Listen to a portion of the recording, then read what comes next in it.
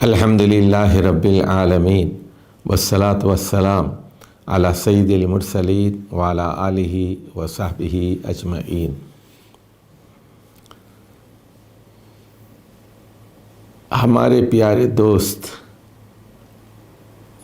صبغت اللہ صاحب شریف جو کینیڈا میں ہیں، انہوں نے مجھے یہ حکم دیا کہ تجدید و احیاء دین جو مولانا سید ابوالعلا المودودی کی معرکہ آرا کتاب ہے، اس کی تشریح کروں اور اس کو پڑھاؤں، اور ان کے تقاضے کو میں رد نہیں کر سکا، تو یہ پروگرام انہی کی خواہش پر بنیادی طور پر امریکہ اور کینیڈا میں مقیم افراد کے لیے ہے، لیکن یورپ میں اور آسٹریلیا میں اور بر صغیر ہند و پاک میں جو لوگ ہیں وہ بھی اس سے کچھ نہ کچھ فائدہ حاصل کر سکتے ہیں،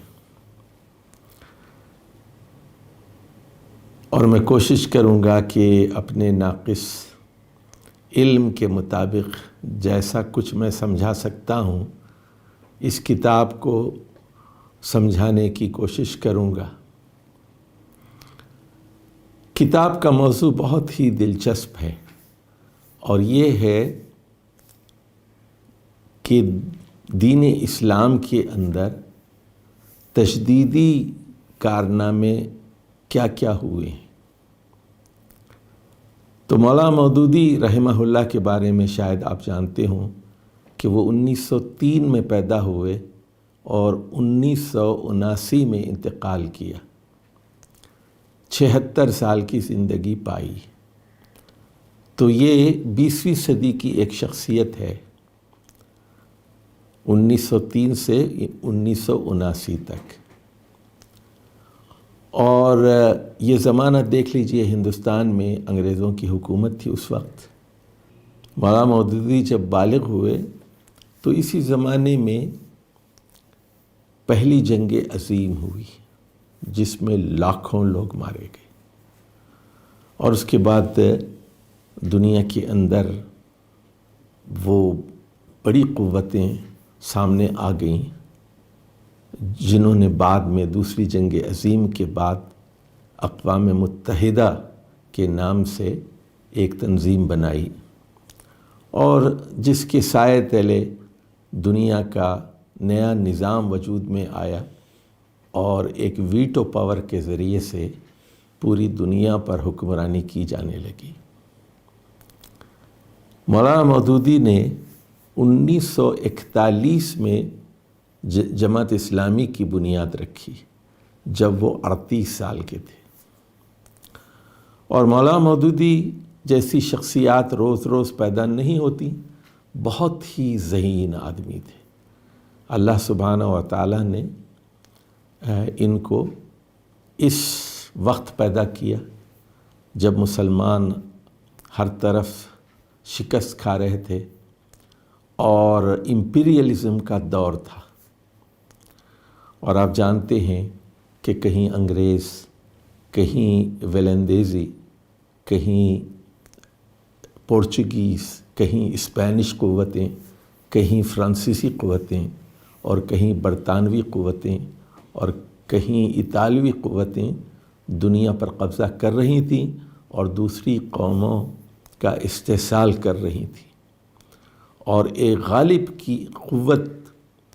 غالب قوت کی حیثیت سے دنیا کے اندر چھا رہی تھی۔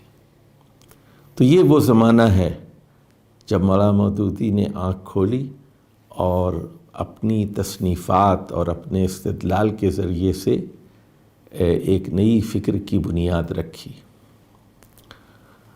اور مولانا مودودی کی تحریروں کا کمال 1930 سے 1940 کے زمانے میں ظاہر ہوتا ہے، اگرچہ کہ ان کی پہلی کتاب الجہاد فی الاسلام 1924 میں شائع ہوئی، جب وہ 21 سال کے تھے، اور اس کی تیاری وہ بہت پہلے کر چکے تھے۔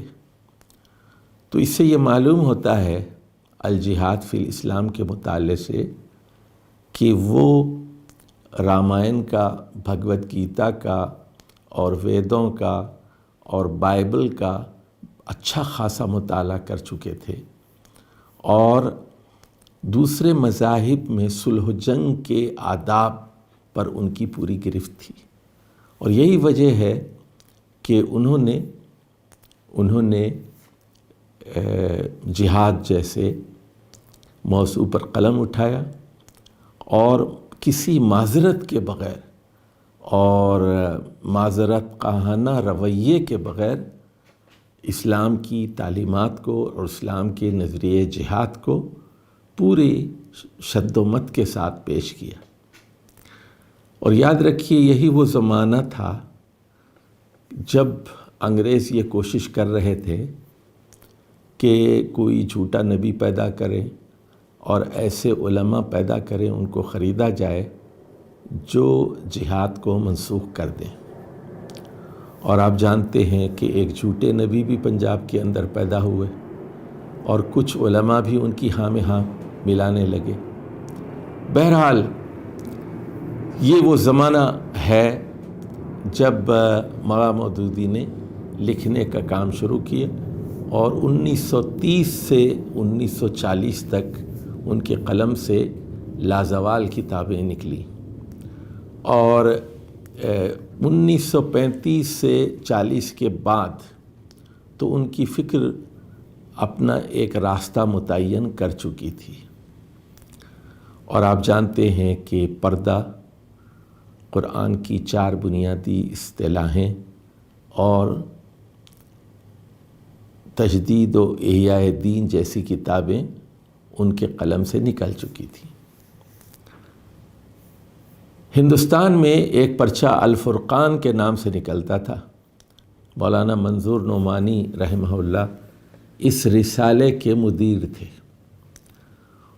اور انہوں نے یہ فیصلہ کیا کہ الفرقان کا ایک شاہ ولی اللہ نمبر نکالا جائے، اور مولانا مودودی سے بھی درخواست کی گئی کہ وہ شاہ ولی اللہ پر کچھ لکھیں۔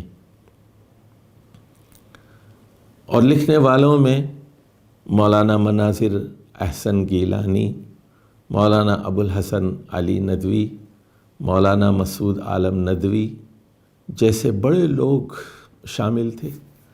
مولانا مودودی کو بھی دعوت دی گئی، تو مولانا مودودی نے یہ مضمون لکھا جو بعد میں تجدید و احیاء دین کی شکل میں اس نام سے شائع ہوا، اور اس میں پھر کچھ اضافے کیے گئے اور کچھ اور چیزیں شامل کر دی گئیں۔ تو موضوع تو تھا شاہ ولی اللہ صاحب اور شاہ ولی اللہ صاحب کا تجدیدی کارنامہ۔ تو لیکن جب مولانا اس پر لکھنے کے لیے بیٹھے تو پوری انسانی تاریخ اور پوری اسلامی تاریخ کو 100 صفحات میں نچوڑ کے رکھ دیا۔ تو یہ بہت بڑا کارنامہ ہے، یعنی تاریخ کا اتنا گہرا مطالعہ کرنا کہ پوری تاریخ کو 100 صفحات میں سمیٹ دینا، یہ مولانا مودودی کا عظیم الشان کارنامہ ہے۔ جب ہم اس کتاب کو پڑھتے ہیں تو ایسا معلوم ہوتا ہے کہ یہ ایک مربوط نظم ہے، اور کہیں بھی اس میں آپ کو خشکی نظر نہیں آئے گی، پیوند کاری نظر نہیں آئے گی۔ ایک دریا ہے جو رواں دواں ہے، شروع سے آخر تک اس میں خیال کا ایک تسلسل پایا جاتا ہے، اور وحدت خیال شروع سے آخر تک ہے۔ ایسا معلوم ہوتا ہے کہ مولانا مودودی نے پہلے ایک خاکہ بنا لیا تھا اپنے ذہن میں، اور 1-2 راتوں میں ہی پوری کتاب مکمل کر ڈالی۔ تو یہ کتاب ایک بہت ہی اہم ترین کتاب ہے اچھا، اب جو ہم جیسے لوگ ہیں اس کتاب کو پڑھتے ہیں تو ہم کچھ تاریخی شخصیات اور تاریخی واقعات کو پڑھ کر کتاب بند کر دیتے ہیں، اور مزہ آتا ہے تاریخی قصوں میں، تاریخی شخصیات کے بارے میں جان کر کچھ مزہ بھی آتا ہے۔ تو جس طرح ناول پڑھے جاتے ہیں اسی طرح یہ کتاب پڑھ لی جاتی ہے۔ لیکن آپ یہاں دیکھیں گے کہ 200-300 شخصیات اور 200-300 نظریات پر بحث کی گئی ہے۔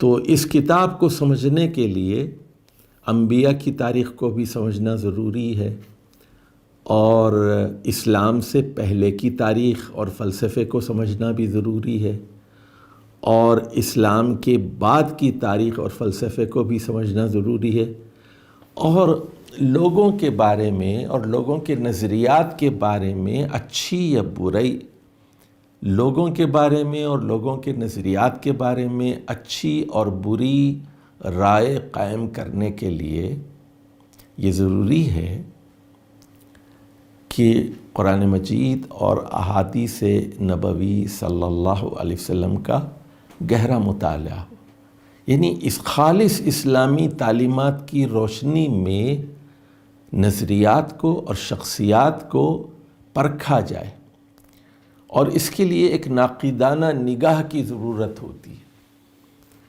تو تجدید و احیاء دین مولانا سید ابوالعالیٰ المودودی کی ایک ناقدانہ کتاب ہے۔ وہ اپنے سامنے خالص اسلام کو رکھتے ہیں، اور اس کی روشنی میں پھر وہ پچھلی مذاہب کو بھی دیکھتے ہیں اور اسلام کے بعد کی تاریخ پر بھی نظر ڈالتے ہیں۔ تو کتاب کو پڑھنے سے پہلے کتاب کے موضوع کو سمجھنا بہت ضروری ہے۔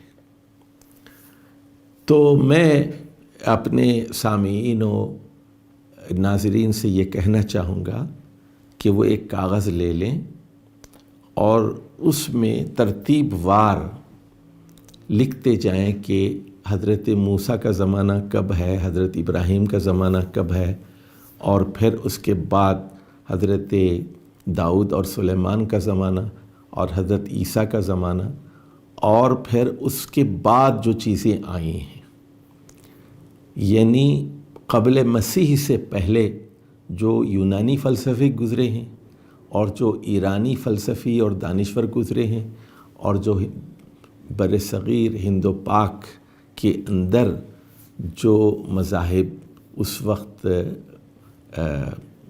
موجود تھے ان کے نظریات کا جائزہ لینا وہ بہت ضروری ہے۔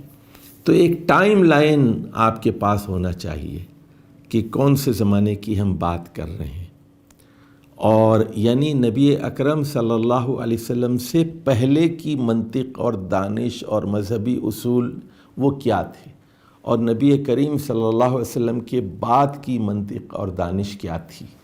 یہ آپ کے سامنے ترتیب وار اور ایک تاریخی تسلسل کے ساتھ یہ ادوار لکھے ہوئے ہوں، زمانہ لکھا ہوا ہو، تو آپ کو کتاب سمجھنے میں بہت آسانی ہوگی۔ تو یہ ایک بات پہلے ہو گئی، یعنی یہ ایک پری ریکویزٹ ہے، یہ ایک شرط ہے اس کتاب کو سمجھنے کے لیے۔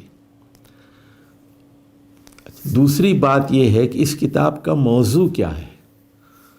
تو جیسا کہ اس کے نام سے ظاہر ہے، تجدید و احیاء دین، دین اسلام کی تجدید کیسے ممکن ہے۔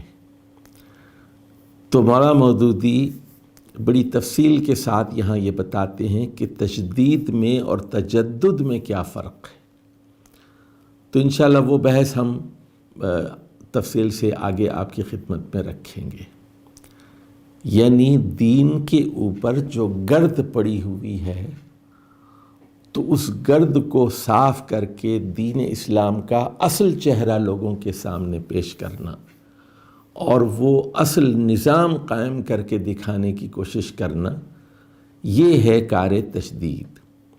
اور کار تجدد یہ ہے کہ دین کو بگاڑنا، دین کو اس کی اصلی روح سے پھیر دینا، یہ تجدد ہے جو بہت ہی مردود اور قابل مذمت چیز ہے۔ تو یہ دو باتیں ہمارے سامنے ہونی چاہیے، اور اس کے لیے پھر خالص اسلام کو سمجھنا، نبی کریم صلی اللہ علیہ وسلم اور صحابہ کرام کے فہم کو سمجھنا، یہ بہت ضروری ہے۔ اب کتاب کا اصل موضوع تو یہ ہے، لیکن ایک اور چیز جو اس کتاب کا مرکزی مضمون بن جاتی ہے وہ ہے رہبانیت اور تصوف۔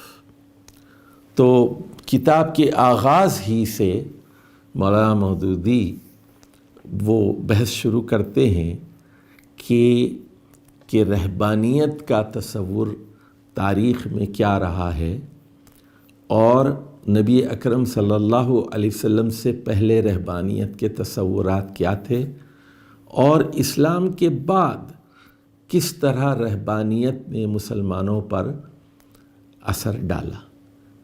تو کتاب تو تھی حضرت شاہ ولی اللہ صاحب کے بارے میں، لیکن اب اس کا موضوع ہو گیا تمام مجددین جو اسلام کے اندر پیدا ہوئے، اور پھر یہ کہ رہبانیت کے دین اسلام پر اور مسلمانوں پر کیا اثرات مرتب ہوئے، اس کی ایک تاریخ، اور پھر آخر میں وہ جو خلاصہ پیش کرتے ہیں وہ یہ کہ تحریک اسلامی کے لیے یہ ضروری ہوگا کہ وہ رہبانیت کے تصورات سے اپنے آپ کو بالکل الگ تھلگ کر لے اور خالص اسلامی تعلیمات کی طرف رجوع کرے۔ تو یہ انشاءاللہ جب ہم آگے وہاں کتاب کے اگلے مرحلے میں پہنچیں گے، آخری مرحلے میں، تو پھر وہاں اس کی وضاحت کریں گے۔ تو سب سے پہلے ہم دیباچے پر بات کرتے ہیں۔ انہوں نے جو دیباچہ لکھا ہے تو ذرا اس کو پڑھ لیا جائے، اس کو سمجھنے کی کوشش کی جائے، اور اس کے بعد پھر ہم اصل کی طرف آتے ہیں۔ یہاں یہ بات کہنی شاید ضروری ہو کہ یہ کتاب جماعت اسلامی کے قیام سے پہلے لکھی گئی ہے۔ جماعت اسلامی کا قیام 1941 میں ہوا ہے، اور یہ کتاب اس سے 1.5-2 سال پہلے لکھی گئی ہے۔ اور اس کتاب کو پھر مولانا کی کتاب تجدید و احیاء دین سے ملا کر پڑھنا بھی بہت ضروری ہے۔ دیباچے میں وہ کہتے ہیں، اسلام کی اصطلاحی زبان کے جو الفاظ کثرت سے زبان پر آتے ہیں ان میں سے ایک لفظ مجدد بھی ہے۔ اس لفظ کے ایک مجمل مفہوم کو تو قریب ہر شخص سمجھتا ہے، یعنی کہ یہ شخص دین کو ازسر نو زندہ اور تازہ کرے، وہ مجدد ہے۔ دین کو ازسر نو زندہ کرے اور تازہ کرے، وہ مجدد ہے۔ لیکن اس کے تفصیلی مفہوم کی طرف بہت کم ذہن منتقل ہوتے ہیں۔ کم لوگ جانتے ہیں کہ تجدید دین کی حقیقت کیا ہے، کس نوعیت کے کام کو تجدید سے تعبیر کیا گیا ہے، اس کام کے کتنے شعبے ہیں، مکمل تجدید کا اطلاق کس کارنامے پر ہو سکتا ہے، اور جزوی تجدید کیا ہوتی ہے۔ اب دیکھیے، ایک وہ کہہ رہے ہیں کہ ایک مکمل تجدید ہے، ایک جزوی تجدید ہے۔ اب یہ بھی اللہ تعالیٰ کا ایک نظام ہے کہ جو ذہین لوگ ہوتے ہیں، باہمت لوگ ہوتے ہیں، ان کی بھی کئی قسمیں ہوتی ہیں۔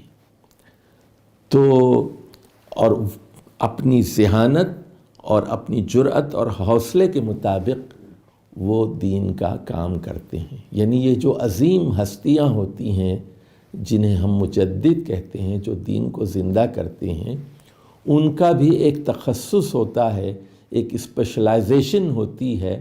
اس میدان میں پھر وہ تجدید کا کارنامہ انجام دیتے ہیں۔ بعض زیادہ بڑا کام کرتے ہیں اور بعض جزوی کام کرتے ہیں تجدید کا۔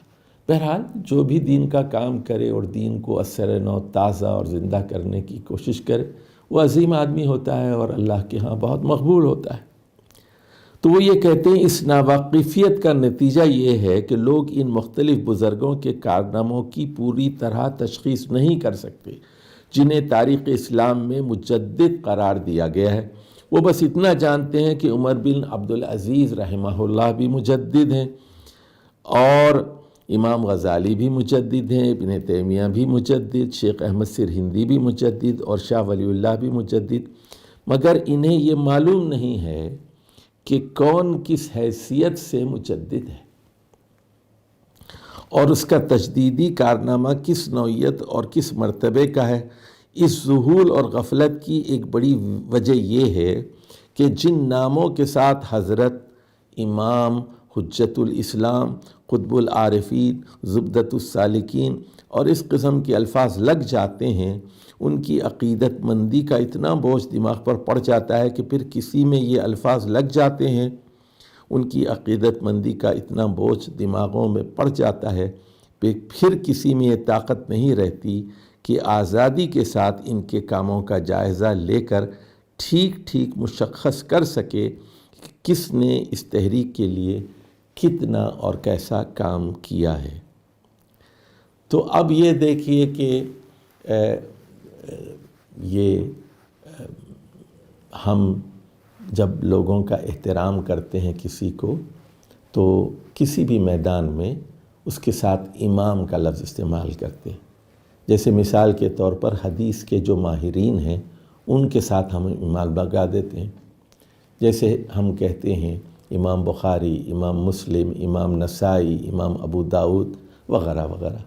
فقہ میں جن لوگوں نے کمال حاصل کیا تو ان کے ساتھ بھی ہم امام لگا دیتے ہیں، جیسے امام اوزاعی، امام ابو حنیفہ، امام شافعی، امام مالک، امام ظاہر وغیرہ وغیرہ۔ اور اسی طرح تفسیر میں جنہوں نے کمال حاصل کیا، امام طبری، امام قرطبی، وہ ہم ان کو امام کے نام سے یاد کرتے ہیں۔ اسی طرح متکلمین نے جو اسلام کی جنگ لڑی ہے اور جو دفاع کیا ہے ان کے نام کے ساتھ بھی امام لگا دیتے ہیں۔ تو اسی طرح ان کے بارے میں غلو بھی ہو جاتا ہے بعض اوقات، اور اہل تصوف پھر اپنی شخصیات کے لیے یہ قطب العارفین اور زبدۃ السالکین کے الفاظ وضع کرتے ہیں، اور جب یہ الفاظ ان کے آگے پیچھے لگ جاتے ہیں تو پھر ایک عظیم تقدس پیدا ہو جاتا ہے، اور لوگ پھر اسی تقدس کے ساتھ ان کو دیکھنے اور سمجھنے کی کوشش کرتے ہیں، اور یہ دیکھ نہیں پاتے کہ ان کے کام کی نوعیت کیا ہے، ان کا تخصص کیا ہے، اسپیشلائزیشن کیا ہے، اور وہ پھر ایک اندھی عقیدت میں بھی مبتلا ہو جاتے ہیں اور ان کے بارے میں مبالغہ آمیزی سے بھی کام لیتے ہیں۔ اس خدمت میں اس کا حصہ کس نے اس تحریک کے لیے کتنا اور کیسا کام کیا ہے، اور اس خدمت میں اس کا حصہ کس قدر ہے، عموماً تحقیق کی نپی تلی زبان کے بجائے ان بزرگوں کے کارنامے عقیدت کی شاعرانہ زبان میں بیان کیے جاتے ہیں، جن سے پڑھنے والا یہ اثر لیتا ہے، اور شاید لکھنے والے کے ذہن میں بھی یہی ہوتا ہے کہ جس کا ذکر کیا جا رہا ہے وہ فرد کامل تھا، اور اس نے جو کچھ بھی کیا وہ ہر حیثیت سے کمال کے آخری مرتبے پر پہنچا ہوا تھا۔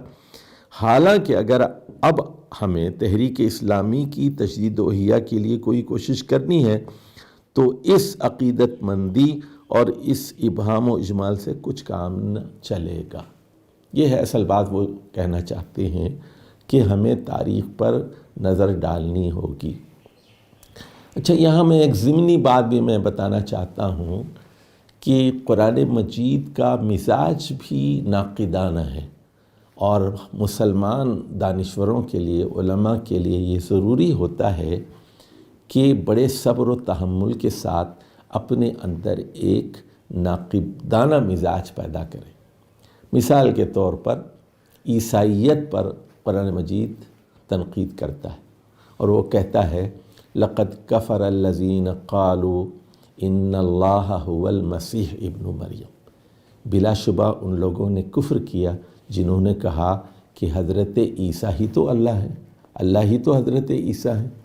یا پھر عیسائیوں کے دوسرے گروہ کے بارے میں کہا کہ لقد کفر الذین قالوا ان اللہ ثالث ثلاثہ، بلا شبہ ان لوگوں نے کفر کیا جو کہتے ہیں کہ اللہ تعالیٰ 3 خداؤں کا مجموعہ ہے اور اس مجموعے کا تیسرا رکن اللہ سبحانہ و تعالیٰ ہے۔ تو قرآن مجید کا جو انداز ہے وہ ناقدانہ ہے، وہ تمام فلسفوں پر تنقید کرتا ہے، اور اللہ سبحانہ و تعالیٰ اپنے کلام میں صراط مستقیم کی طرف ہدایت کرتا ہے، اور 2 اور 2 4 کی طرح اپنی اصل دعوت دنیا کے سامنے پیش کرتا ہے۔ تو اسی طرح یہ جس طرح ہم قرآن سے پہلے کے نظریات پر رد کرتے ہیں اور قرآن کی روشنی میں قرآن کی عینک سے دیکھتے ہیں کہ وہ ان میں کس قدر حق تھا اور کس قدر باطل، بعینہ ہی یہ ضروری ہوتا ہے کہ ہم قرآن و سنت کی روشنی میں دیکھیں کہ مسلمان ہو جانے والے جو لوگ اور محمد صلی اللہ علیہ وسلم کی امت میں پیدا ہونے والے لوگوں کے اندر بھی کتنا زوال آیا اور ان کی فکر میں کتنی کجی آئی اور اس کے عملی اثرات کیا مرتب ہوئے۔ ہمیں پوری طرح اس تجدید کے کام کو سمجھنا پڑے گا اور اپنی پچھلی تاریخ کی طرف پلٹ کر دیکھنا ہوگا کہ ان بہت سی صدیوں میں ہمارے مختلف لیڈروں نے کتنا کام کس طرح کیا ہے، ان کے کارناموں سے ہم کس حد تک فائدہ اٹھا سکتے ہیں اور ان سے کیا کچھ چھوٹ گیا ہے جس کی تلافی پر اب ہمیں متوجہ ہونا چاہیے۔ تو یہاں ایک مثبت بات بھی ہے یہ کہ مستقبل کی صورت گری کیسے ہو اور قرآن و سنت کی تعلیمات کی روشنی میں وہ صورت گری کیسے کی جا سکتی ہے۔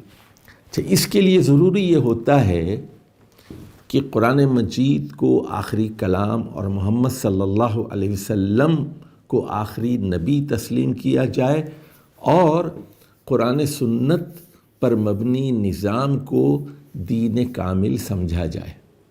جو قرآن و سنت کو بنیاد نہیں بناتا اور اس کو حتمی اور اٹل چیز نہیں سمجھتا، وہ کبھی عمارت کی صحیح تعمیر کر نہیں سکتا۔ اس کے لیے ضروری ہوگا کہ وہ دین اسلام ہی کو اسلام سمجھے۔ ان الدین عند اللہ الاسلام۔ اس کے لیے ضروری ہوگا کہ اسلام کے علاوہ سارے جو نظریات اور نظام زندگی ہے وہ ان کو مسترد کر دے، اس لیے کہ وہ سارے اللہ کے ہاں قابل قبول نہیں ہوں گے۔ وَمَن يَبْتَغِ غَيْرَ الْإِسْلَامِ دِينًا فَلَن يُقْبَلَ مِنْهُ۔ اور تیسری بات یہ کہ یہ دین مکمل ہو چکا ہے، اس میں اضافہ نہیں ہو سکتا، اس میں کمی نہیں ہو سکتی۔ الْيَوْمَ أَكْمَلْتُ لَكُمْ دِينَكُمْ، اور دین کو مکمل اسی حالت میں رکھنا ضروری ہے۔ تو اس کمٹمنٹ کے بغیر، اس قوت ارادی کے بغیر کہ محمد صلی اللہ علیہ وسلم کے بعد کوئی نبی نہیں ہے، اسلام کے علاوہ کوئی دین نہیں ہے، اور یہ آخری ہدایت نامہ ہمارے پاس قرآن اور احادیث صحیحہ کی روشنی میں آ چکا ہے، ہم لوگوں کو پرکھیں گے، جانچیں گے، تولیں گے اور اصل کی طرف مراجعت کی کوشش کریں گے، اور مستقبل میں ایک ایسا معاشرہ، ایک ایسا نظام زندگی قائم کرنے کی کوشش کریں گے جس کی بنیاد قرآن اور سنت پر ہو۔ تو یہ ایک مستقبل کی صورت گری ہے جو خالص اسلام کی بنیاد پر ہوگی، اور یہی کار تجدید ہے۔ اس کے بعد وہ یہ کہتے ہیں یہ مضمون ایک مستقل کتاب چاہتا ہے، مگر کتاب لکھنے کی فرصت کہاں۔ یہی غنیمت ہے کہ شاہ ولی اللہ صاحب کا ذکر خیر چھڑ گیا، جس کی وجہ سے اس مضمون کی طرف چند اشارے کرنے کا موقع نکل آیا۔ شاید کہ انہی اشاروں سے کسی اللہ کے بندے کو تاریخ تجدید و احیاء دین کی تدوین کا راستہ مل جائے۔ یہ مقالہ جو اس وقت کتابی شکل میں شائع کیا جا رہا ہے، ابتداءً جریدہ الفرقان بریلی کے شاہ ولی اللہ نمبر کے لیے لکھا گیا تھا، اس لیے اس میں شاہ صاحب کے تجدیدی کارناموں پر نسبتاً زیادہ مفصل نگاہ ڈالی گئی ہے، اور دوسرے مجددین کے کام کا ذکر ضمنی طور پر کیا گیا ہے۔ اس مقالے کا مطالعہ کرتے ہوئے یہ ملحوظ خاطر رہنا چاہیے کہ اس میں تمام مجددین کے کارناموں کا احاطہ مقصود نہیں ہے، بلکہ صرف ان بڑے بڑے مجددین کا ذکر کیا گیا ہے جو اسلام کی تاریخ پر اپنا ایک مستقل نشان چھوڑ گئے ہیں۔ نیز یہ بھی پیش نظر رکھنا چاہیے کہ تجدید کا کام بہت لوگوں نے کیا اور ہر زمانے میں بہت لوگ کرتے ہیں، مگر مجدد کا لقب پانے کے مستحق کم ہی ہوتے ہیں۔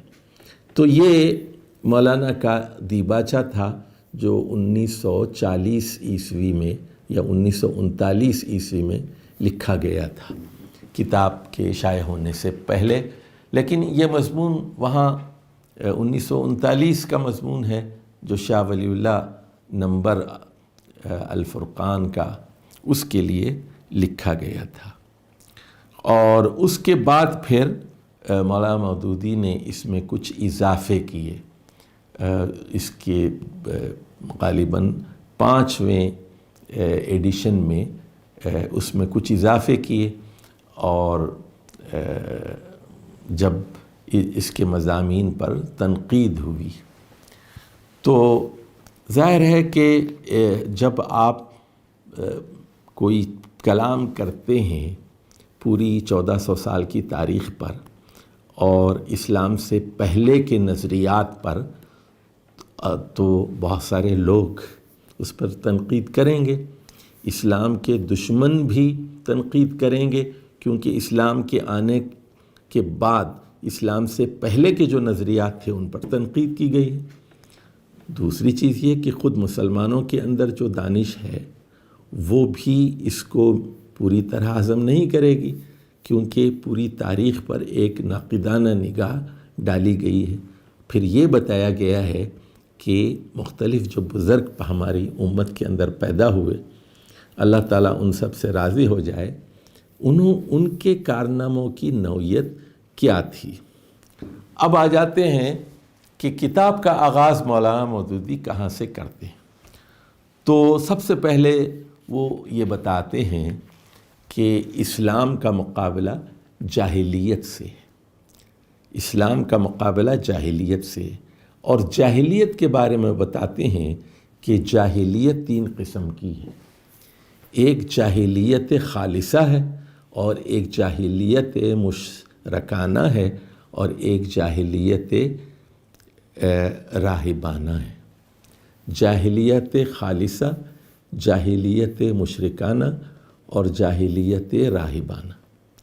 تو وہ خالص جاہلیت کو بھی اسلام کا دشمن سمجھتے ہیں، اور مشرکانہ جاہلیت کو بھی اسلام کا دشمن سمجھتے ہیں، اور راہبانہ جاہلیت کو بھی اسلام کا دشمن سمجھتے ہیں۔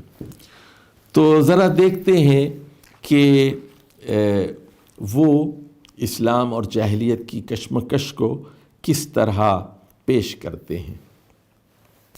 دنیا میں انسان کی زندگی کے لیے جو نظام نامہ بھی بنایا جائے گا، اس کی ابتدا لامحالہ بعد الطبعیہ الہیاتی مسائل سے ہوگی۔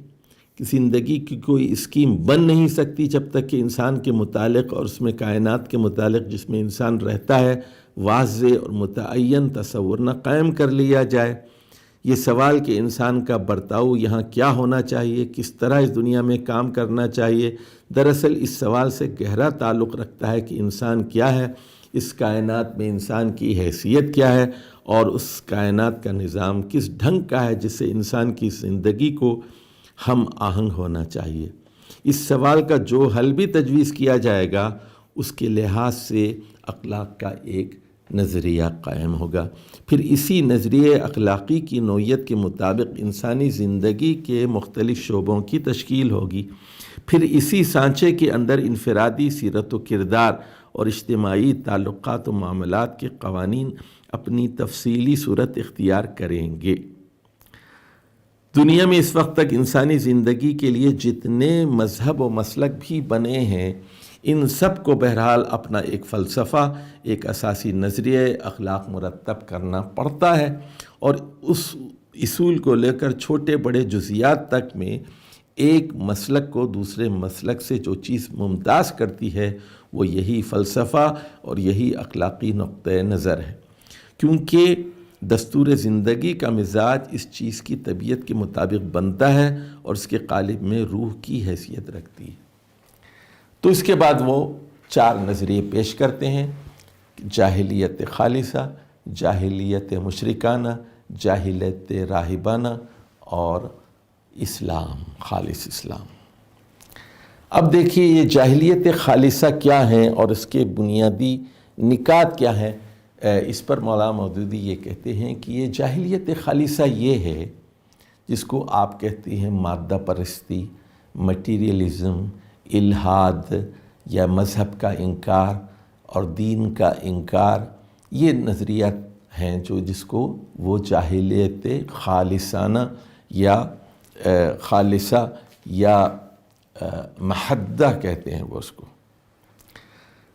جاہلیت خالصہ میں پہلے یہ نظریہ ہے کہ یہ کائنات کا سارا نظام ایک اتفاقی ہنگامہ اور ہنگامہ وجود و ظہور ہے، یعنی لائف از ایکسیڈنٹل، یہ خود بخود ایک اتفاقی طور پر دنیا بن گئی۔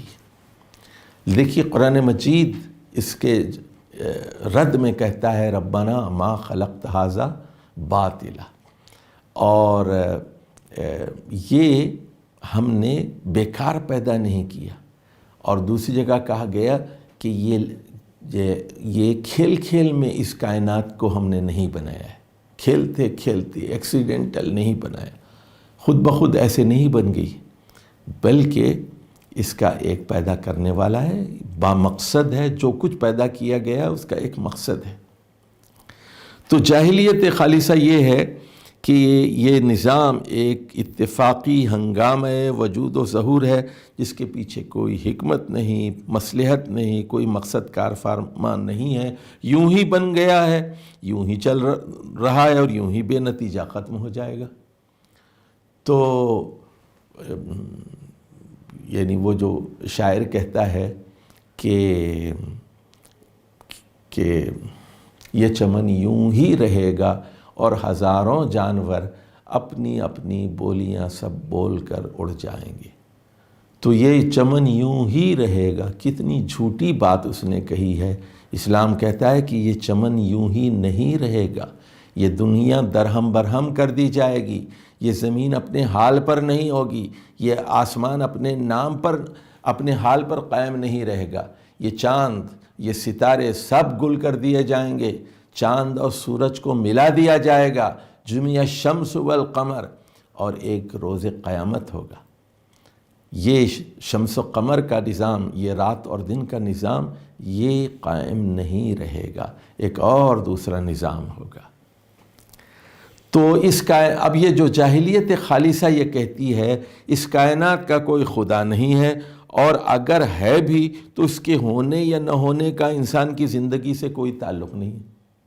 شاید ہو خدا، لیکن ہم اپنی مرضی کی کریں گے، کیوں کسی کی بات مانیں؟ تو اس دنیا سے اس کا کوئی تعلق نہیں ہے۔ انسان ایک قسم کا جانور ہے۔ تو پہلی بات یہ ہے کہ یہ دنیا اتفاقی ہے۔ اب دوسری بات یہ ہے کہ انسان ایک جانور ہے، اور جو دوسری چیزوں کی طرح شاید اتفاقاً یہاں پیدا ہو گیا ہے۔ ہمیں اس سے بحث نہیں ہے کہ اسے کس نے پیدا کیا، کیوں پیدا کیا، ہم تو صرف اتنا جانتے ہیں کہ یہ زمین میں پایا جاتا ہے، کچھ خواہشیں رکھتا ہے جنہیں پورا کرنے کے لیے اس کی طبیعت اندر سے زور کرتی ہے، یعنی اس کی کچھ جبلتیں ہیں، اس کی طبیعت زور کرتی ہے کہ پیاس لگی ہے تو پانی پی لو، دودھ پی لو، شربت پی لو، اس کی طبیعت مطالبہ کرتی ہے کھا لو، بھوک لگی ہے، اس کی طبیعت مطالبہ کرتی ہے کہ جاؤ اپنی جنسی شہوت کسی خاتون کے ساتھ پوری کرو۔ جو ان خواہشوں کی تکمیل کا ذریعہ بن سکتے ہیں اور اپنے گرد و پیش زمین کے دامن پر بہت سا سامان پھیلا ہوا دیکھتے ہیں جن پر یہ اپنی قوا اور آلات کو استعمال کر کے اپنی خواہشات کی تکمیل کر سکتے ہیں، لہٰذا اس کی زندگی کا مقصد اس کے سوا کچھ نہیں کہ اپنی طبیعت حیوانی کے مطالبات پورے کرے۔ تو جاہلیت خالصہ یہ کہتی ہے کہ انسان اتفاقی طور پر یہاں آیا ہے، وہ ایک جانور ہے، اور اس کے لیے ضروری ہے کہ اپنی خواہشات کی اور جسم کے مطالبات کی تکمیل کرے، اور انسانی استعدادوں کا مصرف اس سے زیادہ کچھ نہیں کہ ان مطالبات کو پورا کرنے کے بہتر سے بہتر ذرائع فراہم کرے۔ اچھا، اب تیسرا اس کا نظریہ یہ ہے جاہلیت خالصہ کا کہ انسان سے مافوق کوئی علم کا منبع اور ہدایت کا سرچشمہ موجود نہیں ہے جہاں سے اسے اپنی زندگی کا قانون مل سکتا ہو، لہٰذا اسے اپنے گرد و پیش کے آثار و احوال سے اور اپنی تاریخ کے تجربات سے خود ہی ایک قانون عمل اخذ کرنا چاہیے۔ یعنی کہ کوئی خدائی ہدایت موجود نہیں ہے، کوئی خدا موجود نہیں ہے، اس لیے ہمیں خود کوئی قانون بنا لینا ہے دنیا کے لیے۔ یہ اس کی اساس ہے، یہ بنیاد ہے، یہ فلسفہ ہے اس کے پیچھے۔ بظاہر کوئی حکومت ایسی نظر نہیں آتی جس کے سامنے انسان جواب دہ ہو، اس لیے انسان بجائے خود ایک غیر ذمہ دار ہستی ہے، یعنی کسی خدا کے آگے اس کو جواب دینا نہیں ہے۔ یہ ہے جاہلیت خالصہ کا نظریہ، اور اگر وہ جواب دہ ہے تو خود اپنے آپ کے آگے جواب دہ ہے، کسی اور کو جواب دینا نہیں ہے، اور اس اقتدار کے سامنے خود انسانوں ہی میں سے جو پیدا ہو کر افراد مستولی ہو جائے تو اس کے سامنے جواب دہ ہیں۔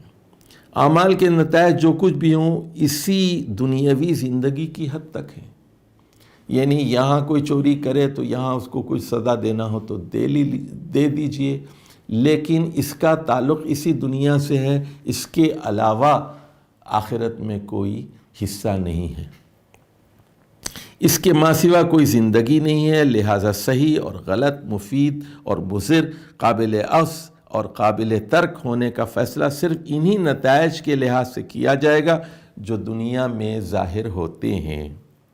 انسان جب جاہلیت محدہ کی حالت میں ہوتا ہے، محض جب اپنے محسوسات سے ماورا کسی حقیقت تک وہ نہیں پہنچتا یا بندگی نفس کی وجہ سے نہیں پہنچنا چاہتا، تو اس کے ذہن پر یہی نظریہ حاوی ہوتا ہے۔ دنیا پرستوں نے ہر زمانے میں یہی نظریہ اختیار کیا ہے۔ دنیا پرستوں نے، یعنی یہ کون لوگ ہیں؟ یہ مٹیریلسٹ، صرف دنیا ہی کو مانتے ہیں، خالص مادہ پرست لوگ ہیں۔ قلیل مستثنیات کو چھوڑ کر بادشاہوں نے، امیروں نے، درباریوں نے، ارباب حکومت نے، خود خوشحال لوگوں اور خوشحالی کے پیچھے جان دینے والوں نے عموماً اسی نظریے کو ترجیح دی ہے۔ دیکھیے یہاں ایک مولانا آخر میں ایک لفظ استعمال کریں گے مترفین کا۔ یہ مترفین کا لفظ قرآن مجید میں کئی مرتبہ آیا ہے، 8 کے قریب مرتبہ یہ لفظ استعمال ہوا ہے۔ مترفین کا مطلب ہوتا ہے خوشحال لوگ، امیر لوگ، اور ظاہر ہے کہ ان کے معاشرے پر اثرات ہوتے ہیں، ان کے پیچھے نوکر ہوتے ہیں، ان کی فوج ہوتی ہے آگے پیچھے، اور وہ ایک بالادست قوت ہوتی ہے معاشرے کی۔ جن لوگوں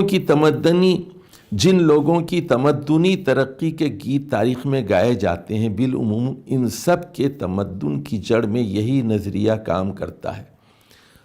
اب آتے ہیں وہ مغربی تمدن پر۔ مغربی موجودہ تمدن کی بنیاد میں بھی یہی نظریہ کار فرما ہے۔ اگرچہ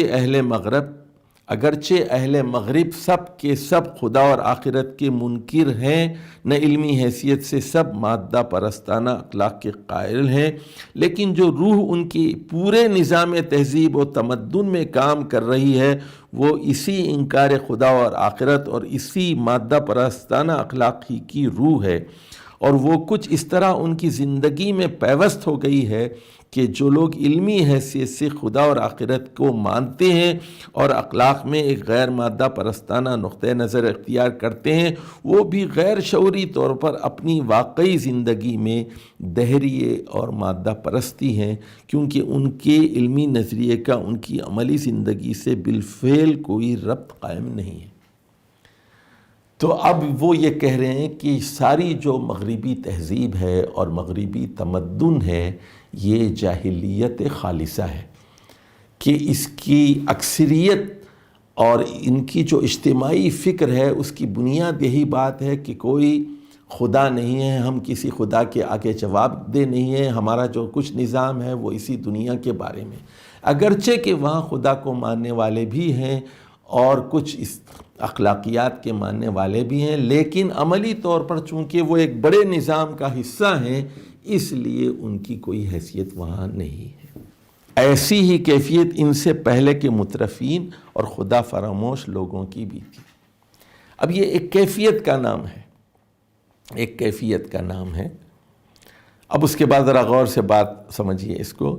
بغداد، دمشق، دہلی اور غرناطہ کے مترفین مسلمان ہونے کی وجہ سے خدا اور آخرت کے منکر نہ تھے، مگر ان کی زندگی کا سارا پروگرام اس طرح بنتا تھا کہ گویا نہ خدا ہے نہ آخرت، نہ کسی کو جواب دینا ہے، نہ کہیں سے ہدایت لینی ہے، جو کچھ ہے ہماری خواہشات ہیں۔ ان خواہشات کی تکمیل کے لیے ہر قسم کے ذرائع اور ہر قسم کے طریقے اختیار کرنے میں ہم آزاد ہیں، اور دنیا میں جینے کی مہلت ملتی ہے۔ اس کا بہترین مصرف بس یہ ہے، بابر بعیش کوش کہ عالم دوبارہ نیست۔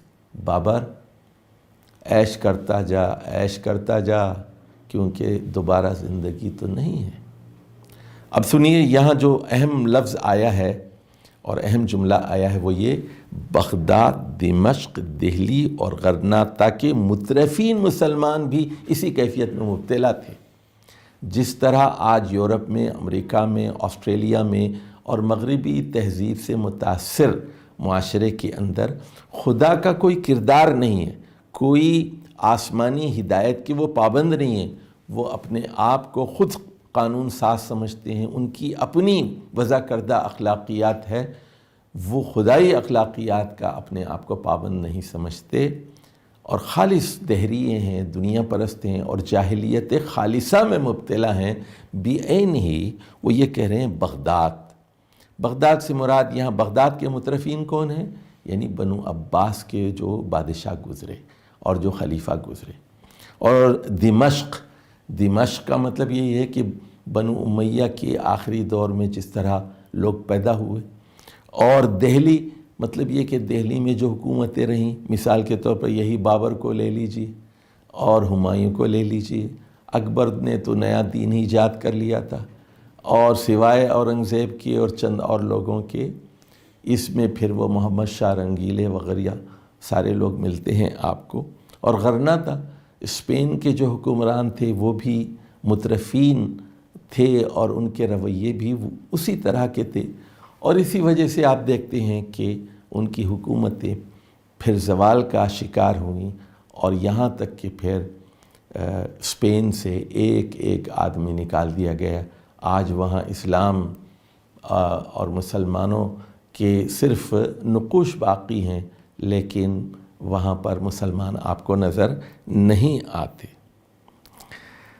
جیسا کہ اوپر اشارہ کیا جا چکا ہے، اس نظریے کی عین فطرت یہی ہے کہ اس کی بنیاد ایک خالص مادہ پرستانہ نظام اخلاق بنتا ہے، خواہ وہ کتابوں میں مدون ہو یا صرف ذہنیتوں ہی میں مرتب ہو کر رہ جائے۔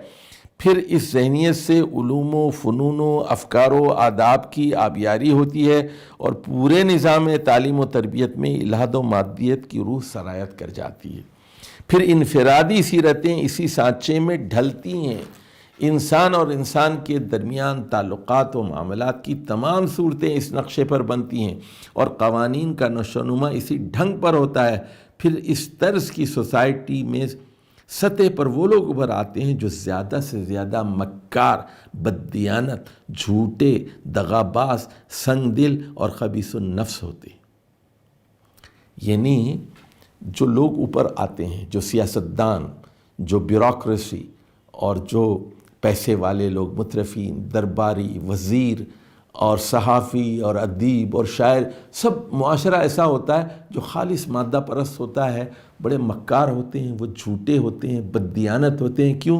کہ ان کی اپنی اخلاقیات ہوتی ہے، وہ دوبارہ آخرت کو تو مانتے نہیں، تو مزے کر لو، عیش کر لو، اور جتنے فائدے اٹھا سکتے ہیں اٹھا لو۔ یہ چیز ان کی ذہنیت کے پیچھے کار فرما ہوتی ہے۔ تمام سوسائٹی کی سیادت و قیادت اور مملکت کی زمام کار انہی کے ہاتھوں میں ہوتی ہے، اور وہ شتر بے مہار کی طرح ہر حساب سے بے خوف اور مواخذے سے بے پرواہ ہو کر خلق خدا پر ٹوٹ پڑتے ہیں۔ اب دیکھیے کہ ہمارے معاشرے میں یہ سرمایہ دار، یہ انڈسٹریلسٹ، صنعت کار، یہ بڑے بڑے زمیندار جو بعض اوقات پیر بھی ہیں اور بعض اوقات یہ وزیر بھی ہیں، حکومت میں بھی ہیں، گورنر بھی ہیں، ایم این اے بھی ہے، ایم پی اے بھی ہیں، یہ اپنے مریدوں پر، اپنی رعایا پر، اپنے حلقے کے لوگوں کے اوپر ایک ظالم کی حیثیت سے مسلط رہتے ہیں، اور ان کا مقصد یہی ہوتا ہے کہ کھاؤ پیو عیش کرو اور لوگوں کو دباتے رہو۔ خلق خدا پر وہ ٹوٹ پڑتے ہیں۔ وہ تو اس کے پیچھے ذہنیت یہی ہوتی ہے کہ عیش کرو، دنیا عیش کرنے کی جگہ ہے، اور یہ جاہلیت خالصہ ہے۔ اچھا، میکاویلی کے اصول سیاست پر ان کی ساری حکمت عملی بنتی ہے، اور ان کی کتاب آئین میں زور کا نام حق ہے اور بے زوری کا نام باطل ہے۔ اب دیکھیے ان کی اخلاقیات کیا ہے؟ پاور، زور، یہی حق ہے۔ جس کے پاس طاقت ہے، جس کے پاس ڈنڈا ہے، جس کے پاس بندوق ہے، جس کے پاس ٹینک ہے، اور جس کے پاس آگے پیچھے چلنے والے لوگ ہیں، جو پیسہ لٹا سکتا ہے، غنڈہ گردی کر سکتا ہے، تو وہ حق ہے۔ اور جو کمزور ہے وہ کیا ہے؟ وہ باطل ہے۔ یعنی باطل اور حق کے پیمانے بالکل مختلف ہوتے ہیں۔ یہ کیا چیز ہے؟ یہ جاہلیت خالصہ ہے۔ جہاں کوئی مادی رکاوٹ حائل نہیں ہوتی، وہاں کوئی چیز انہیں ظلم سے نہیں روک سکتی۔ اگر وہ ظلم سے رکتے بھی ہیں تو دیکھتے ہیں کہ کوئی رکاوٹ مادی قسم کی ہے، یعنی غیبی اور روحانی رکاوٹ پر وہ غور ہی نہیں کر سکتے۔ اچھا، میکاویلی ایک اٹیلین دانشور گزرا ہے، اور اس کا جو زمانہ ہے یہ 1469 میں پیدا ہوا اور 1527 میں 16ویں صدی عیسوی میں اس کا انتقال ہوا، میکاویلی۔ تو اس کی ایک کتاب بہت مشہور ہے اور اس کا نام ہے پرنس، اور اس میں وہ یہ بتاتا ہے کہ سیاستدان کے لیے مکار ہونا بہت ضروری ہے، بے رحم ہونا ضروری ہے۔ تو پھر دیکھیے جس طرح ڈکٹیٹر دنیا میں آتے ہیں وہ کیا کرتے ہیں؟ یکایک راتوں رات مسلط ہو گئے، اپنی فوج کے بلبوتے پر لوگوں کو کچل دیتے ہیں، مار دیتے ہیں، قتل کر دیتے ہیں، اور تاریخ میں ایک ظالم حکمران کی حیثیت سے اپنا نام وہ لکھواتے ہیں۔ سازشیں کرتے ہیں، جو ان کا محسن ہوتا ہے اسی کو مروا دیتے ہیں۔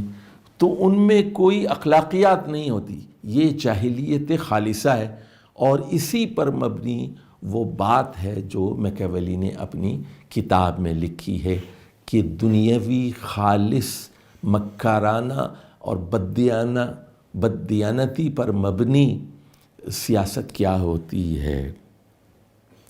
یہ ظلم مملکت کے دائرے میں یہ شکل اختیار کرتا ہے کہ طاقتور طبقے اپنی ہی قوم کے کمزور طبقوں کو کھاتے اور دباتے ہیں، اور مملکت کے باہر اس کا اظہار قوم پرستی، امپیریلزم اور ملک گیری اور اقوام کشی کی صورت میں ہوتا ہے۔ اب ذرا یہ ایک مشکل چیز ہے، ذرا اس کو سمجھ لیجیے کہ جاہلیت خالصہ میں ہوتا یہ ہے کہ چونکہ انسان کسی اخلاقیات کا پابند نہیں ہوتا، کسی خدائی ہدایت کا پابند نہیں ہوتا، اور وہ خود اپنے لیے ایک ضابطے اور قوانین مرتب کرتے ہیں، اگر وہ جواب دہ ہوتے ہیں تو صرف اپنے آپ کے سامنے ہوتے ہیں، تو اس کے لیے پھر بہترین ذریعہ اظہار قوم پرستی یا امپیریلزم یا ملک گیری اور اقوام کشی کی صورت میں ہوتا ہے۔ یعنی وہ دوسری قوموں پر جب حملہ کرتے ہیں اور اپنی ایک فوج بنا لیتے ہیں، اور ان کا مقصد کیا ہوتا ہے؟ لوگوں کو دبانا، پیسے کھا جانا اور ظلم کرنا، اور دنیاوی عیاشی کرنے کے لیے وہ دوسری قوموں کو دباتے ہیں۔ تو اب ان کی جو بنیاد ہوتی ہے وہ قوم پرستی پر ہوتی ہے۔ مثال کے طور پر ایک بلوچی یہ کہے گا کہ بلوچی سب سے اہم قوم ہے، اس لیے بلوچیوں کو چاہیے کہ وہ پنجابیوں کو ماریں، وہ سندھیوں کو ماریں، وہ کشمیریوں کو ماریں اور دوسری قوموں کو مار دیں۔ یا مثال کے طور پر ایک برادری ہے، وہ راجپوت برادری، وہ کہتی ہے کہ ہم دنیا کے سب سے اچھی قوم ہیں، ہم راجپوت ہیں، اس لیے ہمیں مغلوں کو اور دوسرے گجروں کو اور جاٹوں کو اور آرائیوں کو اور سندھیوں کو اور کشمیریوں کو اور پٹھانوں کو مارنا چاہیے۔ تو یہ قوم پرستی ان کے اندر پیدا ہو جاتی ہے، اس قومیت کی بنیاد پر وہ ایک فوج تیار کرتے ہیں اور اس کے بعد وہ دوسری قوموں پر حملہ کرتے ہیں، ان کا مال لوٹ لیتے ہیں، ان کی زمینوں پر قبضہ کر لیتے ہیں، ان کی عورتوں پر قبضہ کر لیتے ہیں، اور اس طرح وہ اپنے نفس کو خدا بنا کر عیاشی میں مبتلا ہو جاتے ہیں۔ تو یہ جاہلیت خالصہ کے نتیجے میں قوم پرستی اور نیشنلزم کو ہوا ملتی ہے۔ دوسری چیز ہے امپیریلزم، اور امپیریلزم کی مثالیں میں نے دیں آپ کو کہ یہ 17ویں صدی میں اور 18ویں صدی میں، 19ویں صدی میں، بلکہ آج بھی 21ویں صدی میں آپ کیا دیکھتے ہیں؟ مثال کے طور پر ان کفن چوروں نے قبریں بانٹ لی ہیں، کہ فرانس نے مثال کے طور پر افریقہ کے چند ممالک پر اپنا قبضہ جما لیا ہے۔ وہ جب چاہیں چلے جاتے ہیں الجیریا میں، جب چاہتے ہیں تونس میں جا سکتے ہیں، وہ حملہ کرتے ہیں ان پہ، وہاں کے وسائل لوٹ لیتے ہیں۔ اور اسی طرح مالی پر ابھی انہوں نے قبضہ کر لیا، جہاں سونے کے بڑے ذخائر موجود ہیں۔ اور اسی طرح افریقہ، مغربی افریقہ کے جو ممالک ہیں اس پر ان کی امپیریلزم ہے، فرانسیسیوں کی۔ انگریزوں کے بارے میں تو آپ جانتے ہیں، بر صغیر ہند و پاک پر بھی ان کی حکومت رہی ہے، یہاں سے ساری دولت لے کے وہ جاتے رہے اور استحصال کرتے رہے، اور کئی ملکوں میں بھی رہے۔ بالکل اسی طرح اٹیلینز نے بھی شمالی افریقہ اور عربوں کو اپنی گرفت میں لے لیا۔ پرتگیز آپ جانتے ہیں کہ گوا تک پہنچ گئے تھے ہندوستان کے اندر۔ ویلندیزیوں کو، یہ ہالینڈ اور ڈچ کے جو لوگ تھے، آپ جانتے ہیں کہ نیو یارک پہ انہوں نے قبضہ کر لیا تھا۔ تو نیو یارک کا پہلا جو نام تھا نیو ایمسٹرڈیم تھا، اور وہاں سے پھر جب انگریز آئے تو انہوں نے ڈچ لوگوں کو وہاں سے نکال باہر کیا۔ اسی طرح آپ جانتے ہیں کہ اسپینش جو قوتیں تھیں انہوں نے امریکہ کے ایک بڑے علاقے پہ قبضہ کر لیا، اور ساؤتھ افریقہ پر انہوں نے قبضہ کر لیا۔ تو پھر انگریزوں کی اور اسپینش لوگوں کی لڑائی ہوئی، جس کے نتیجے میں پھر کیلیفورنیا اور ایریزونا اور ٹیکسس اور دوسرے جو جنوبی صوبے تھے وہ انگریزوں نے اسپینش لوگوں سے چھین لیے۔ تو یہ پوری جو امپیریلزم ہے، آپ جانتے ہیں کہ شام پر قبضہ رہا، صومالیہ پر قبضہ رہا، مصر پر قبضہ رہا، یمن پر قبضہ رہا۔ تو سارے عالم اسلام پر یہ امپیریلسٹ قوتیں یہ حکومت کرتی رہی ہیں۔ کس بنیاد پر؟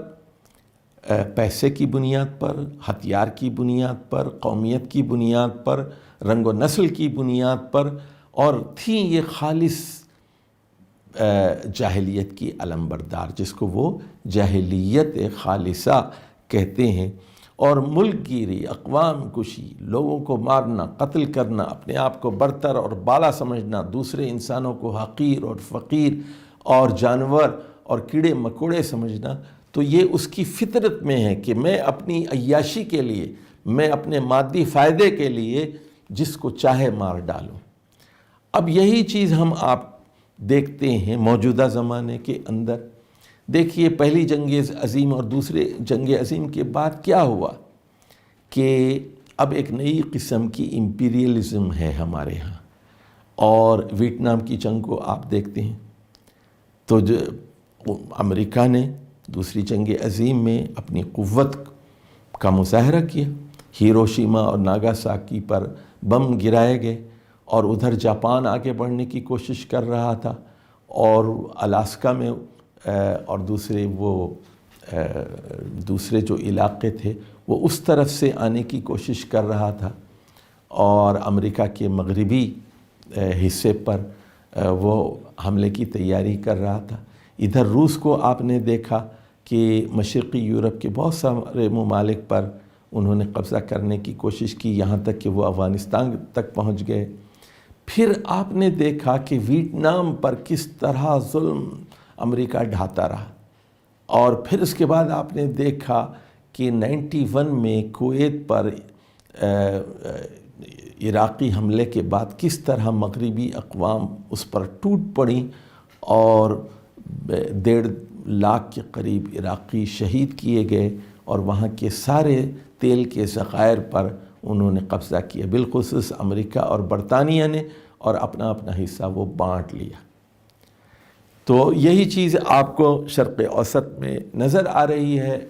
یہ 30 سال پرانی واردات ہے۔ اس کا نتیجہ یہ ہے کہ سارے عرب خوف زدہ ہیں، ان کے فوجی اڈے وہاں پر ہیں۔ تو یہ خالص جاہلیت ہے، ان کے پاس کوئی اخلاقیات نہیں ہے۔ دیکھیے کیا انہوں نے انسانیت کو کیا دیا ہے؟ یہی دیا ہے نا کہ دبئی اس وقت شراب کا سب سے بڑا اڈا ہے، بدکاری اور جسم فروشی کا سب سے بڑا اڈا وہ دبئی بن چکا ہے، اور مادہ پرستی ہے، پیسہ پیسہ پیسہ، رقص، سرود، شراب، جنس، اس کے علاوہ کوئی اخلاقیات نہیں ہے۔ تو یہ ایک بے رحم قسم کی جو ذہنیت پیدا ہوتی ہے، جھوٹے، دغاباز، سنگ دل، خبیث النفس، تو انسانوں کو مارتے ہوئے، ان کو قتل کرتے ہوئے کوئی افسوس نہیں ہوتا۔ وہ 1.5 لاکھ لوگوں کو انہوں نے مار دیا عراق، اور جب چاہے دنیا میں فساد برپا کر دیں۔ تو یہ کیا چیز ہے؟ یہ سب شاخسانے ہیں جاہلیت خالصہ کی۔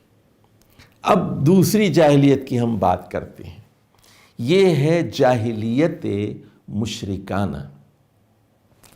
اچھا، جاہلیت مشرکانہ کو سمجھنے سے پہلے میں ایک بات کہنا چاہتا ہوں آپ کو، قرآن کی 4 بنیادی اصطلاحوں سے۔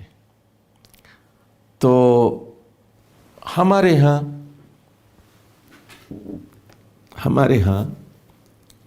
الہ کا مطلب یہی لیا جاتا ہے معبود، لا الہ الا اللہ، اللہ کے علاوہ کوئی معبود نہیں ہے۔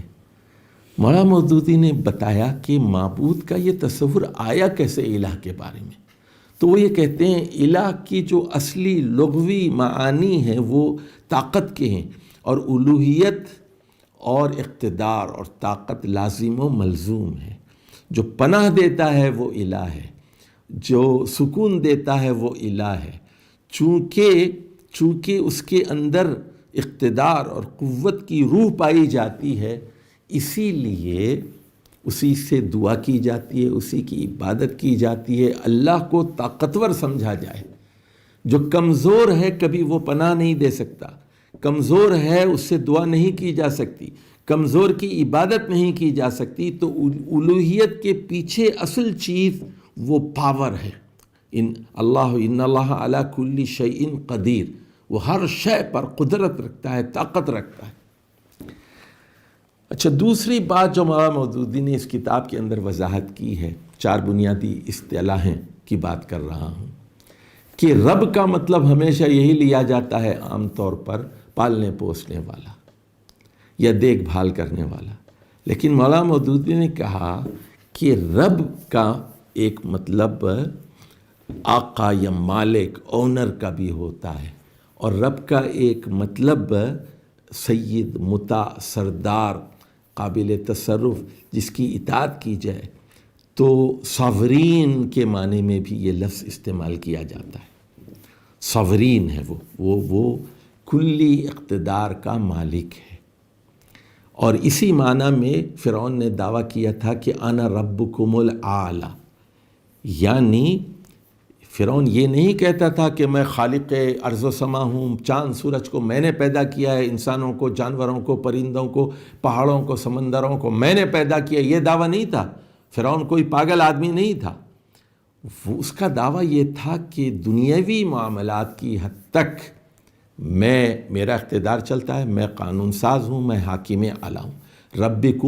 ربکم الاعلی، انا ربکم الاعلی کا مطلب یہ ہے کہ میں حاکمکم الاعلی ہوں، میں تم لوگوں کا سب سے بڑا حاکم ہوں، تم لوگوں کا سب سے بڑا شارع ہوں، قانون ساز ہوں، لا گیور ہوں۔ اب آ جائیے تیسرا جو لفظ ہے دین کا۔ ہم دین کا ترجمہ کرتے ہیں مذہب۔ مولانا مودودی نے اس نظریے کی جو ہے تردید کی، اور انہوں نے کہا کہ دین 4 معنوں میں استعمال ہوتا ہے: حاکمیت، غلبہ اور تسلط، اور دوسروں کے اوپر حکمرانی کرنا، دین، یہ دین ہے۔ اور محکومیت کے معنی میں بھی استعمال ہوتا ہے، اور دین کا لفظ جزا اور سزا کے لیے بھی استعمال ہوتا ہے، مالک یوم الدین یعنی جزا و سزا کے دن کا مالک، اور دین کا لفظ قانون اور شریعت کے معنی میں بھی استعمال ہوتا ہے۔ تو اس کے بعد وہ کہتے ہیں کہ دین ایک نظام حیات کا نام ہے جس میں اللہ کی حاکمیت ہو، بندوں کی محکومیت ہو، اللہ کی شریعت نافذ ہو، اور یہ سارے کام آخرت کی جزا و سزا کے ماتحت کیے جائیں۔ اس پورے نظام کو دین کہتے ہیں۔ تو اب یہاں غور فرمائیے کہ وہ بتاتے ہیں کہ ربوبیت میں کس طرح کا شرک ہوتا تھا اور مشرکانہ شرک کی کیا حیثیت ہوتی تھی۔ تو یہ جو دین، معاف کیجئے، یہ جو ربوبیت کی بات کی گئی ہے، ربوبیت کے 5 مطلب: بڑھانے والا، نشو و نما دینے والا، دوسرا مطلب دیکھ بھال کرنے والا، نگرانی کرنے والا، تیسرا مطلب مجتمع کرنے والا، چوتھا مطلب سید، آقا، مطاع، صاحب تصرف، آقا، مالک۔ تو وہ یہ کہتے ہیں کہ پہلے 2 معاملات میں جو شرک ہوتا تھا ان کا، تو اس میں وہ شریک کر لیتے تھے فرشتوں کو اور دیویوں کو، فرضی دیوتاؤں کو، یا پھر مرے ہوئے نیک انسانوں کو، وہ مافوق الطبعی معاملات میں شریک کر لیتے تھے، اور جو باقی 3 مطلب تھے رب کے، اس میں یہ دنیاوی حکمرانوں کو، نمرودوں کو، فرعونوں کو شریک کر لیتے تھے۔ تو یہ ربوبیت کے ٹکڑے ٹکڑے کر دیتے تھے۔ تو مولانا مودودی جو نظریہ پیش کرتے ہیں، اس نظریے کو اگر سمجھ لیں، اس نظریے کو اگر آپ سمجھ لیں تو جاہلیت مشرکانہ کو سمجھنے میں آپ کو آسانی ہوگی۔ یعنی ربوبیت کی 5 چیزوں میں کچھ لوگ ایسے تھے تو پہلے 2 معنوں میں تو اللہ کو اللہ تسلیم کرتے تھے، رب تسلیم کرتے تھے، لیکن 3 بقیہ چیزوں میں وہ تسلیم نہیں کرتے تھے۔ دنیاوی معاملات میں صرف مافوق الطبعی معاملات میں اللہ کو رب تسلیم کرتے تھے، اور کچھ ایسے تھے جو اس کے اندر بھی شرک کرتے تھے، اس میں ستاروں کو، آفتاب کو، سورج کو، چاند کو، گائے کو اور خیالی خداؤں کو اس میں شریک کر لیا کرتے تھے۔ چلیے اب ذرا جاہلیت مشرکانہ کا مطالعہ کرتے ہیں۔ دوسرا مابعد الطبیعی نظریہ شرک کے اصول پر مبنی ہے، اور اس کا خلاصہ یہ ہے کہ کائنات کا نظام اتفاقی تو نہیں ہے اور نہ بے خداوند ہے، مگر اس کا ایک خداوند نہیں ہے بلکہ بہت سے ماسٹرز ہیں۔ اب دیکھیے آپ، جاہلیت خالصہ میں کیا ہے کہ یہ دنیا اتفاقی ہے، خود بخود بن گئی ہے، اور کوئی خدا نہیں ہے، کوئی اخلاقیات نہیں ہے، کوئی حلال و حرام نہیں ہے، بس ہم یوں ہی آئے ہیں، یوں ہی چلے جائیں گے، ہم کسی کے آگے جواب دے نہیں۔ یہ کیا ہے؟ جاہلیت خالصہ ہے۔ جاہلیت مشرکانہ میں لوگ اللہ کو مانتے ہیں، اور شرک کرنے کے لیے یہ ضروری ہے کہ اللہ کو مانا جائے۔ جو اللہ کو نہیں مانتا وہ مشرک نہیں ہو سکتا۔ جیسے سورہ یوسف کی 106 آیت نمبر جیسے سورہ یوسف کی آیت نمبر 106 میں کہا گیا کہ جو لوگ خدا کو مانتے ہیں ان کی اکثریت خدا کو مانتے ہوئے اس کے ساتھ شرک کرتی ہے۔ تو اب یہ نظریہ یہ ہے کہ خدا کئی ہیں۔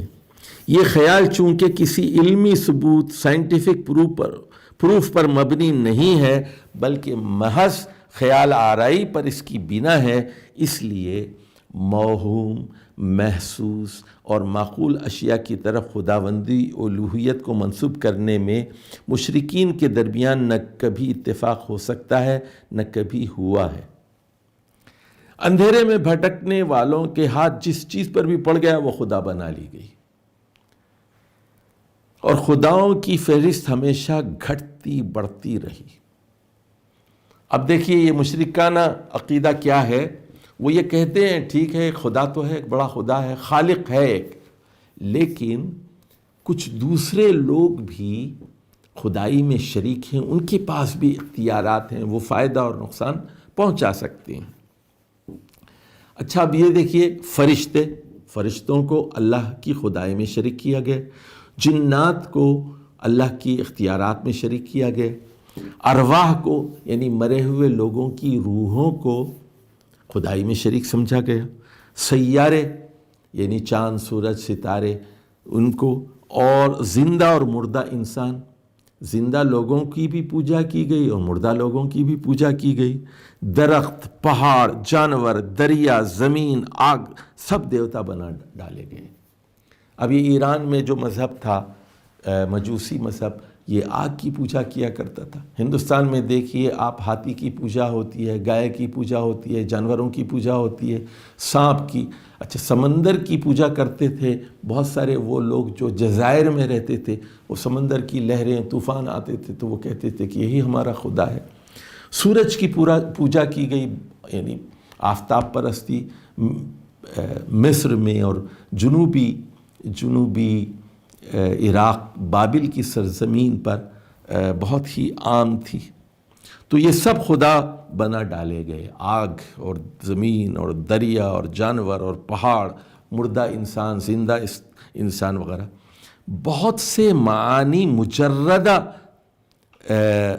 وغیرہ کو بھی خدائی کا مقام دیا گیا، یعنی مجردہ معنی، یعنی فرضی خیالی مجرد معانی تھے، اس کا کوئی وجود نہیں تھا۔ مثال کے طور پر محبت کی دیوی، شہوت کی دیوی اور قوت تخلیق کی دیوی، بیماری کی دیوی، جنگ، لچھمی اور شکتی وغیرہ کو بھی خدائی کا مقام دیا گیا۔ طرح طرح کے خیالی مرکبات، مثلا شیر انسان، وہ کرتے کیا تھے؟ ایک فرضی مخلوق بناتے تھے، شکل بناتے تھے، ایک انسان بناتے تھے، اوپر سر اس پہ شیر کا لگا دیتے تھے۔ ماہی انسان، مچھلی کی شکل بنا کر اس کی صورت انسان کی بنا دی جاتی تھی۔ پرندہ انسان، ایک پرندے کے طور پر دکھایا جاتا تھا، صورت انسان کی ہوتی تھی۔ چہار سرا اور کئی سر دکھائے جاتے تھے۔ ہزار دستہ، اسی طرح یہ پرندوں کے اندر کچھ جسم کی تبدیلی کر کے بناتے تھے۔ قرطوم بینی وغیرہ بھی مشرکین کے معبودوں میں جگہ پاتے رہے۔ مثال کے طور پر کامادیو کے بارے میں ہندو یہ سمجھتے ہیں کہ وہ محبت کا خدا ہے اور یہ سری دیوی کا بیٹا ہے، اور اسے تصویروں میں پھولوں کے تیر کمان سے ظاہر کیا جاتا ہے۔ شہوت کا خدا، ہندوؤں کے ہاں پاروتی محبت اور حمل کی دیوی ہے، محبت اور حمل کی دیوی ہے، اور وہ بچہ مانگتے ہیں تو وہ پاروتی سے مانگتے ہیں۔ اور کامادیو کی جو بیوی رتی ہے، یہ شہوت کی دیوی ہے، یعنی اس کے پاس جنسی قوت کی طاقت اور صلاحیت ہے۔ قوت تخلیق کا خدا الگ ان کے ہیں برہما، ہندوؤں کے نزدیک دنیا کا خالق اور قائم بذات خدا ہے، لیکن اب اس کا اس دنیا سے کوئی زندہ تعلق نہیں ہے۔ یعنی بنیادی طور پر ہندو مذہب یہ کہتے ہیں، ہندو مذہب یہ کہتا ہے، بنیادی طور پر ہندو مذہب یہ کہتا ہے کہ تین بڑے ان کے خدا ہیں۔ ایک برہما ہے جو خالق ہے، لیکن اب اس دنیا سے اس کا کوئی تعلق نہیں ہے۔ دوسرا وشنو ہے جو ضروریات انسان کی اور کائنات کی پوری کرتا ہے، اور تیسرا جو بڑا خدا ہے وہ شیو ہے جو طاقت کا خدا ہے، جس کے نام پر یہ شیو سینا بنائی گئی ہے، اور یہ جو راہب وغیرہ ہیں یہ بھی شیو کو ایک بہت بڑی طاقت سمجھتے ہیں یہ، اور اسی سے پھر وہ شیوا جی اور شیو کے ماننے والے ہیں، طاقت کا خدا سمجھا جاتا ہے وہ۔ اور وشنو مختلف روپ بدل کر انسانوں میں حلول کرتا ہے۔ یہ جو ربوبیت کا خدا وشنو ہے، اس کے بارے میں وہ یہ کہتے ہیں کہ وہ رام اور کرشن اور بدھ اور اس کے مختلف روپوں میں آتا ہے، انہیں اوتار کہتے ہیں، اور ہر زمانے میں وشنو ایک نئی شکل اختیار کر کے آتا ہے، اور خدا انسانی جسم میں حلول کرتا ہے، جس طرح عیسائی سمجھتے ہیں کہ اللہ تعالیٰ نے حضرت عیسیٰ کے جسم میں حلول کیا، incarnation of God in human flesh. اچھا، اسی طرح بیماری کے لیے ایک خدا ہے ان کے ہاں، ہندوؤں کے نزدیک شتیلا دیوی چیچک وغیرہ جیسی بیماریوں کی دیوی ہے، اور شیو کو وہ کہتے ہیں طاقت کا خدا ہے، جنگ کا خدا ہے، اور تعمیر و تخلیق کا خدا ہے، اور بیماریوں وغیرہ سے انسان کو ہلاک کر کے نئے انسان پیدا کرتا ہے، اور سنیاسی اور درویش اسی کے خوف سے، شیو کے خوف سے اسی کی پوجا کرتے ہیں، اور یہی رہبانیت یا مسلک خوف زدگی۔ لکشمی یا لچمی، لاہور میں ایک لکشمی چوک بھی ہے، لچمی چوک بھی ہے، آپ جانتے ہی ہیں، جو یہ وشنو کی بیوی ہے اور ہندوؤں کے نزدیک دولت، عیش اور فراوانی کی علامت ہے۔ یعنی آپ کے گھر میں لکشمی آ گئی کا مطلب ہے آپ کے گھر میں دولت آ گئی، اب وسائل آپ کے ہاں بہت آنے شروع ہو جائیں گے۔ شکتی ہندوؤں کے نزدیک قوت اور طاقت کی دیوی ہے، اسے عظیم ماں بھی کہتے ہیں۔ تو یہ آپ دیکھ رہے ہیں اب کہ کس طرح مختلف چیزوں کو خدا بنا لیا گیا، اور خدائی کے ٹکڑے ٹکڑے کیے گئے، اختیارات کے ٹکڑے ٹکڑے کر دیے گئے، اور ان کی شکلیں بھی بنا دی گئی۔ اسی طرح آپ دیکھیں گے ہندوؤں کے جو مجسمے پائے جاتے ہیں یا ان کے مندروں کے اندر آپ جا کے دیکھیے، جیسے ہنومان ہے تو ہنومان کو بندر کی شکل میں دکھایا جاتا ہے۔ اسی طرح آپ دیکھیں گے کہ سرسوتی ان کی ایک دیوی ہے جسے علم کی دیوی یا موسیقی کی دیوی یا حکمت اور دانش کی دیوی سمجھا جاتا ہے۔ اور تو اسی طرح آپ دیکھیں گے کامادھیرو ان کی ایک دیوی ہے، اس کی شکل اس طرح بناتے ہیں وہ لوگ کہ ایک گائے ہے اور گائے کے اوپر ایک انسان کی شکل لگی ہوئی۔ وہ یہ کہتے ہیں کہ دنیا کی تمام جتنی گائیں ہیں وہ ان کی اصل ماں ہے، اور وہ آپ کو ساری چیزیں دیتی ہے، دودھ ہے اور لسی ہے اور دہی ہے اور پنیر ہے، تو وہ اس کی وہ پوجا کرتے ہیں وہ۔ تو یہاں آپ دیکھ رہے ہیں کہ کچھ چیزیں تو ایسی تھیں جو آپ کو نظر آتی ہیں، مثال کے طور پہاڑ نظر آتے ہیں، سورج، چاند وغیرہ، اللہ کی بے شمار مخلوقات ہیں، ان کو خدا بنا لیا گیا اور خدائی میں شریک کیا گیا۔ دوسری چیز جو آپ دیکھتے ہیں وہ یہ کچھ فرضی چیزیں ہیں ان کو خدا بنا لیا گیا، جیسے یہ بہت ساری دیویاں بنا لی گئیں، بہت سارے دیوتا بنا لیے گئے، اور خدائی میں بہت سارے لوگوں کو شریک بھی کیا گیا۔ تو یہ ہے وہ دیومالا اور اوہام اور خرافات پر مبنی ایک مائتھولوجی، ایک متھ، ایک فرضی، یعنی مولا مودودی کا جملہ دیکھیے آپ کہ پھر اس دیومالا کے گرد اوہام و خرافات کا ایک عجیب طلسم ہوش ربا تیار ہوا ہے، جس میں ہر جاہل قوم کی قوت واہمہ نے اپنی شادابی اور نادرہ کاری کے وہ دلچسپ نمونے فراہم کیے ہیں کہ دیکھ کر عقل دنگ رہ جاتی ہے۔ قوت واہمہ، یعنی دیکھیے ایک لفظ استعمال کیا ہے مولانا مودودی نے، قوت واہمہ، یعنی توہمات کی ایک قوت ہے، اور نئی نئی چیزیں ایجاد کرتے ہیں لوگ۔ اور مسلمانوں کے اندر بھی یہی ہوا ہے، مسلمانوں کے اندر بھی جو لوگ آئے، بدعتی لوگ پیدا ہوئے، انہوں نے یہ ان کی جو قوت واہمہ تھی، انہوں نے ایک فرضی انسان تیار کر لیے کہ یہ قطب ہے، یہ قطب الاقطاب ہے، یہ غوث ہے، یہ غوث اعظم ہے۔ ان کی قوت واہمہ نے، اور ان کی یہ کرامات ہیں، وہ یہ کر سکتے ہیں، وہ کر سکتے ہیں، یہ ساری چیزیں تیار کی انہوں نے۔ جن قوموں میں خدا وند اعلیٰ یعنی اللہ کا تصور نمایاں پایا گیا ہے، وہاں تو خدائی کا انتظام کچھ اس طرز کا ہے کہ گویا اللہ بادشاہ ہے اور دوسرے خدا اس کے وزیر، درباری، مصاحب، عہدیدار اور اہلکار ہیں، مگر انسان بادشاہ سلامت تک راہ نہیں پا سکتا۔ اچھا، اب یہ ہندوؤں کے نزدیک تو یہ ہوا کہ الوہیت کے اندر، ربوبیت کے اندر ٹکڑے کر دیے، اور یہ کہہ دیا گیا کہ وشنو مختلف اوتار کی شکل میں آتا ہے خدا، اور بھیس بدلتا ہے، اور ایک روح دوسری روح میں منتقل ہوتی ہے، یہ ان کا عقیدہ ہو گیا۔ اور پھر انہوں نے بہت سارے کام مختلف دیویوں میں تقسیم کر دیے، یہ کام جو ہے فلاں دیوی کرتی ہے، فلاں یہ محبت کی ہے، یہ بیماری کی ہے، یہ دولت کی دیوی ہے وغیرہ وغیرہ، اور یہ برہما کا کام ہے، یہ وشنو کا کام ہے، یہ شیوا کا کام ہے۔ اس طرح مختلف انہوں نے نام دے دیے۔ لیکن یہ چیز جب جو مسلمانوں کے اندر آئی تو پھر کیا ہوا، انہوں نے کہا کہ اللہ بڑا ہے لیکن اس کے نیچے کچھ لوگ ہیں وہ بھی اختیارات رکھتے ہیں۔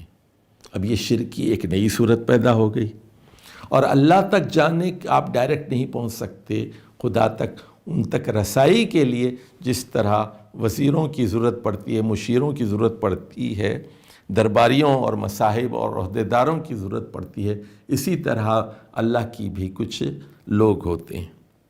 اس لیے سارے معاملات ماتحت خداؤں ہی سے وابستہ رہتے ہیں، اور جن قوموں میں خداوند اعلیٰ کا تصور بہت دھندلا یا تقریباً مفقود تھا، وہاں ساری خدائی ارباب متفرقین ہی میں تقسیم ہو کر رہ گئی۔ اب وہ یہ بتا رہے ہیں کہ دو تصورات تھے، ایک تو جہاں اللہ کا تصور موجود تھا، اور ایک وہ جہاں اللہ کا تصور موجود نہیں تھا۔ تو بعض لوگوں نے کیا کیا کہ جو اللہ کو مانتے تھے، اللہ کے ماتحت بھی مختلف ذمہ داریاں مختلف لوگوں کے تفویض کر دیا انہوں نے، لیکن جو اللہ کو نہیں مانتے تھے وہ ارباب میں مختلف چیزیں اور مختلف اختیارات ان کے ہاں تقسیم کر دیے۔